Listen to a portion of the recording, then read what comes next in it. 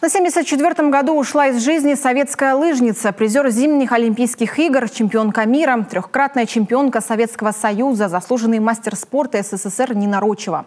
Каждая ступенька биографии – это результат деятельности профессионала высочайшего класса, твердости характера, упорства в достижении цели.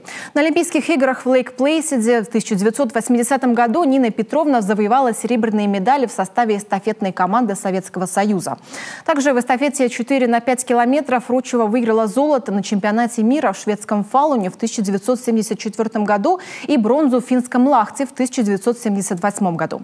Отметим, что в знаменитой семье Рочевых все лыжники. Супруг Нины Рочевой – олимпийский чемпион Василий Рочев-старший. Сыновья Анатолий Рочев – чемпион Коми по лыжным гонкам, мастер спорта. И Василий Рочев-младший – бронзовый призер Олимпийских игр. Дочь Ольга Рочева – участница Олимпийских игр. Это огромная потеря для лыжных гонок Республики Коми. Уходят такие таланты, которые должны были стремиться, к ним стремились все, наверное, юные поколения. Эти были эталон спорта. Нина Петровна принесла огромный вклад в лыжные гонки Республики Коми. Много лет отработав тренером непосредственно. Потом семейная династия.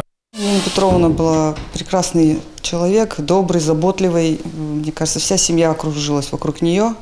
Она всегда была в курсе всех дел, всех и спортивных мероприятий, и школьных.